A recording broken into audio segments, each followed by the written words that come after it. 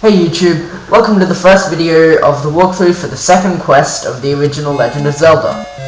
After you finish first quest, a screen will come up saying a new quest starts from here. Take you to the start screen and you'll see Link holding a sword up. This is the second quest.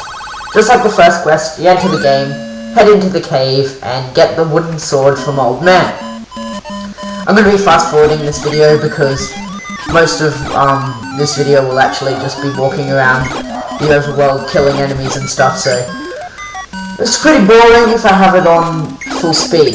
I'm not going to cut it out though because you need to know where I'm going, because I'm going to go to get, we're going to get the blue candle, we're going to get some bombs, we're going to get to some secret Moblin areas, we're going to find the magical shield and stuff like that, so it's good to just watch where I'm going, but I really don't think you need to have me there. Anyway, I didn't have 20 rupees by the time I got to the bomb shop, so I just walked around killing some enemies.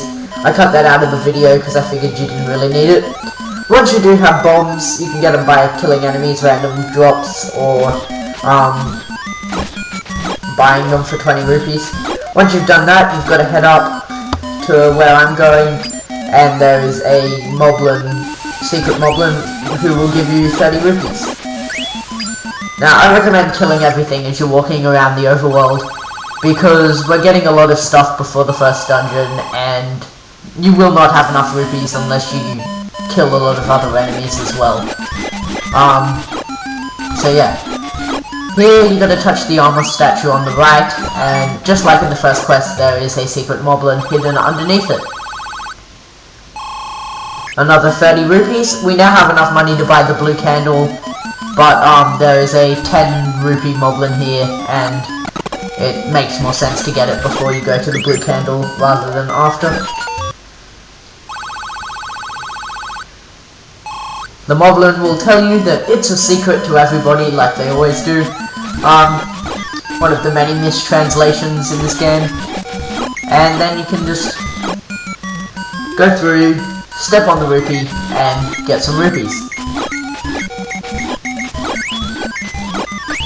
Now, I'm not gonna explain what enemies are called and stuff in this one, because I did that in the walkthrough for first quest, and I figure if you're watching the walkthrough for the second quest, you either A, know what the enemies are called, or B, have watched the first quest walkthrough, which means you know what the enemies are called.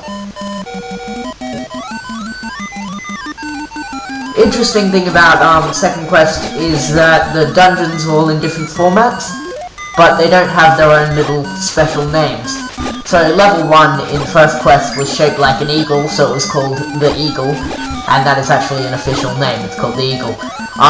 Whereas in second quest, dungeon 1 is shaped like the letter E, but it's not called the E, although that's what I call it, because I figure shaped like an eagle called the Eagle, shaped like an E called the E. Makes sense to me? But that's not an official name or anything, it's just called level 1.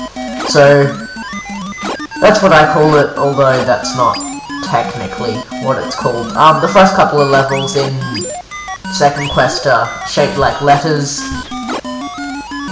so I just call them the E, the A, the D, cause, you know, gotta call them something. Then there's one in the graveyard, which isn't really shaped like anything, so I just call it the graveyard. Yeah, I know, I'm terribly creative. And the last two are spirals, so I call them Spiral and Spiral 2. Yeah, so that's the way that works. Here we have another secret Moblin in the bush to the bottom left. So burn that bush, go in, and this secret Moblin will actually give you 100 rupees, which is very nice. There's one more secret Moblin on this side of the map, it'll give you 10 more rupees. We'll get that, and then we're going to backtrack up a little bit, getting a couple of secret Moblins, and finally making our way to the blue ring. And I'll end this video after we get the blue ring. Now, luckily, because I sped this up, this would be about, I don't know, 15 minutes, but it's only a 7-minute video, which is good, because that means I don't have to split it,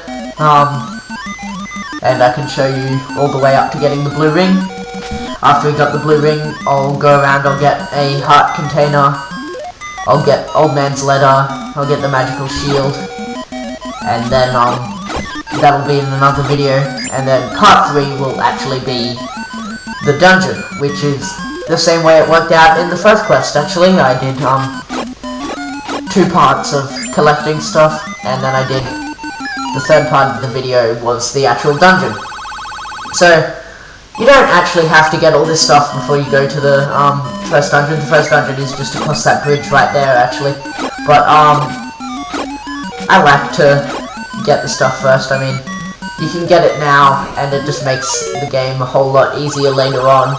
I mean, going to get the letter and everything, you're going into one of the hardest portions of the game, but if you do it early, then you don't have to do it later on, and really, you've got the extra heart container, you got the letter so you can buy some potions, and you'll just fly through the first 5 or 6 dungeons, so it's a good way to do it. Interestingly enough, in the second quest there are a lot of areas where you have to use the flute. Really, in the first quest you don't have to use the flute at all, except to get into the dungeon, and that's about it, really.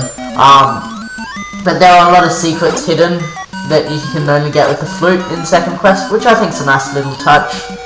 Lets you use the item a bit more. Bit of trivia about second quest is actually when the producers were programming The Legend of Zelda, they finished everything and then they realized that they'd only used half of the memory they had available, and not wanting to redo the game and not wanting to release the game with only half of its memory used, they thought, why don't we do a second quest? And yeah, it's pretty good idea, I reckon.